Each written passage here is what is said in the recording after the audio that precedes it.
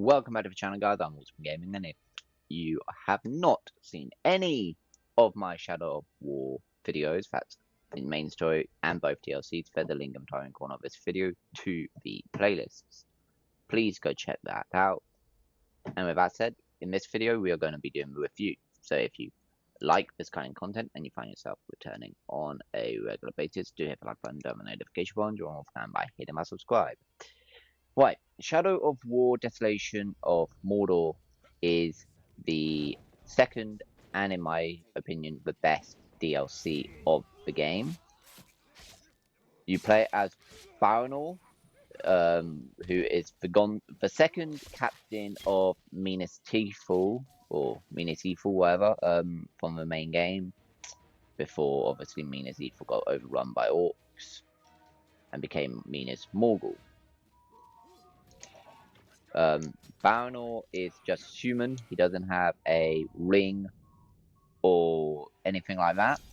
So if he dies, your story is over and you will have to start from the beginning of the DLC, but your all your Torvin upgrades and stuff like that will carry over. The only thing you'll lose out on is your level, your skills, and your mercenaries, who are going to be your army instead of orcs. So I actually really like this DLC.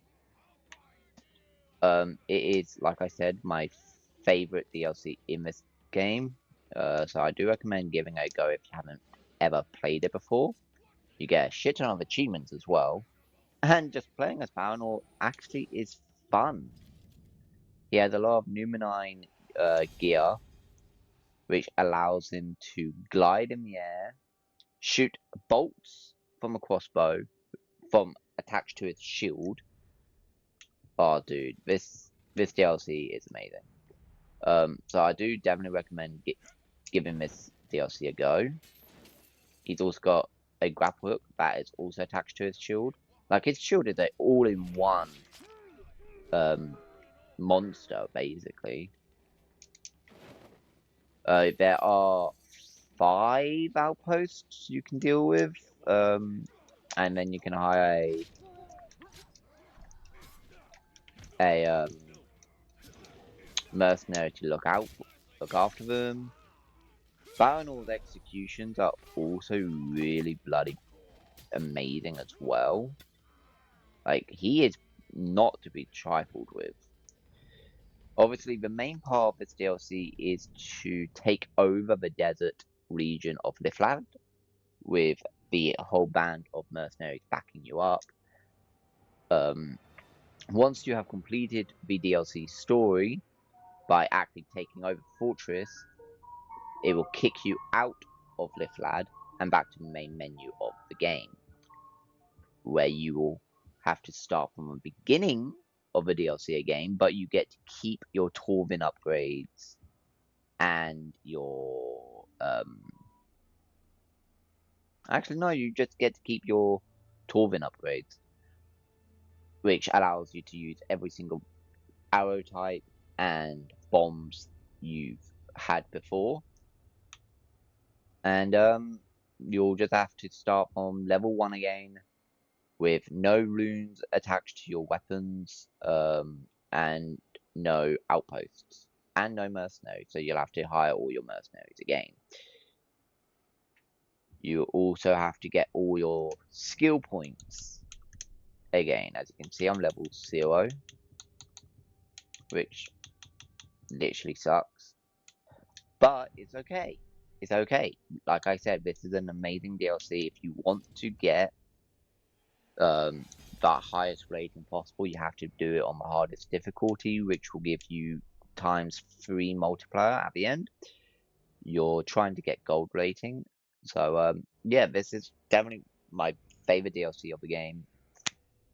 You play as Baranor, who is just a Gondorian. He doesn't have any immortality or any ring of power, so he dies, it's over. So that is amazing. I managed to do the entire DLC without dying once, so it is doable. But yeah, this is definitely a fun, short, but fun DLC. I recommend playing it more than I would recommend the Blade of Galadriel. Even though Blade of Galadriel is good and fun, and you also play as Eltariel, but this, I don't know what is with this DLC. It's fun. Like, it's actually fun.